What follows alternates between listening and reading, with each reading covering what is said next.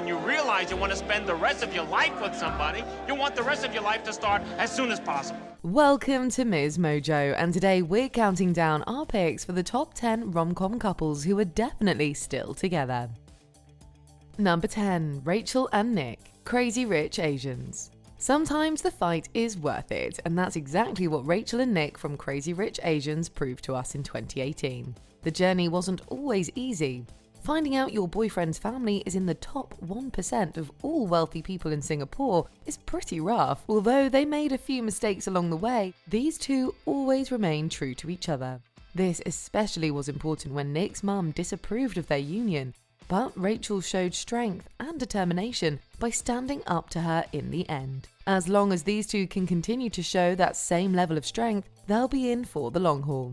Number 9. Donna and Max, Obvious Child. If we're talking rocky starts, these two may take the crown. After breaking up with her boyfriend, Donna has a drunken one-night stand with a guy named Max. When she finds out she's pregnant, she decides to get an abortion. Donna doesn't tell Max right away, but the film allows both people's space to grow as the film goes on. Despite hitting some bumps along the way, Max eventually asks Donna if he can accompany her to the doctor. The two ultimately end the film on a hopeful note. We think if these two continue to approach each other with honesty and empathy, they've got a pretty good shot. Number 8. Ronnie and Loretta, Moonstruck. Look, we're not saying falling in love with your fiancé's brother is the first step to a long-lasting relationship, but there are always exceptions to the rule. Last night never happened. In Moonstruck, Loretta is engaged to a man named Johnny. He starts the story having been estranged from his brother Ronnie for years.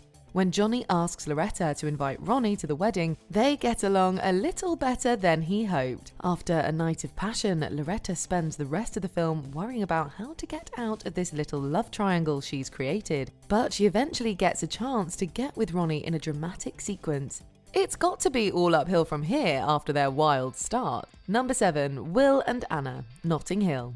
In Notting Hill, Julia Roberts plays Anna Scott, a famous American actress, not unlike herself. While on vacation, she meets and falls in love with Will Thacker, a bookshop owner played by Hugh Grant. The movie is wonderfully meta about the trials and tribulations of Hollywood. It's also thoughtful about how a couple might overcome those issues. Add in Grant and Roberts' excellent chemistry and an ending speech to end all speeches, and you've got a great rom-com couple. The film ends by showing them married with Anna pregnant.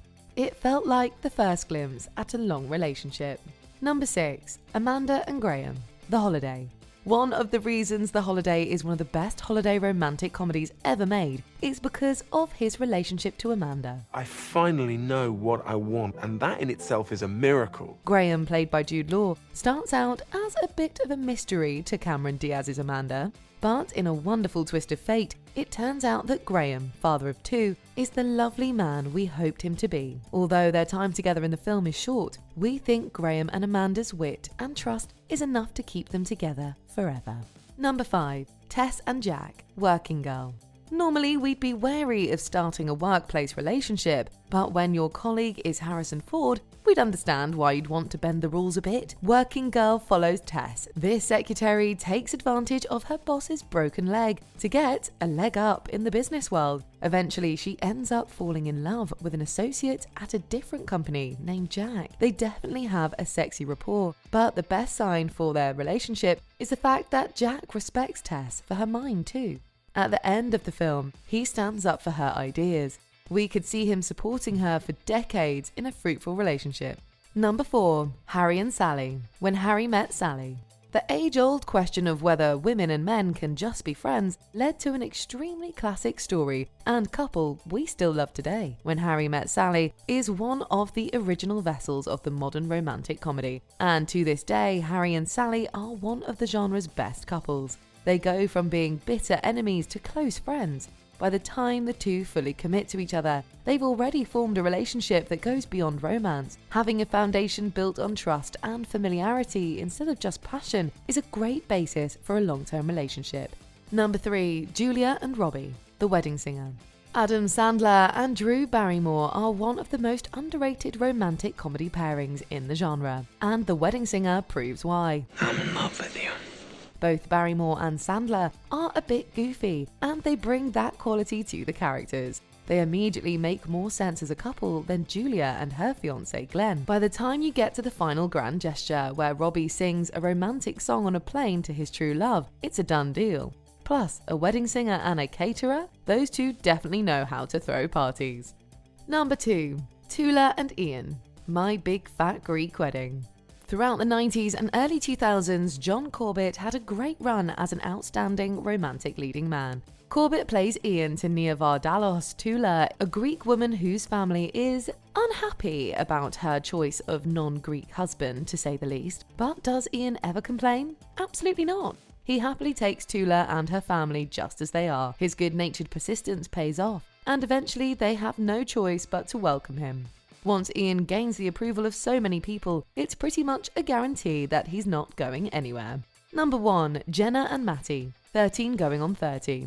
After making a wish that inadvertently sends her spiraling 17 years into the future, Jenna desperately searches for her best friend Matty. She's shocked to learn that she and Matty didn't stay friends. Jenna tries her best to rectify the situation between them, and the two begin to fall in love. However, there is one major obstacle in the form of Matty's fiancé.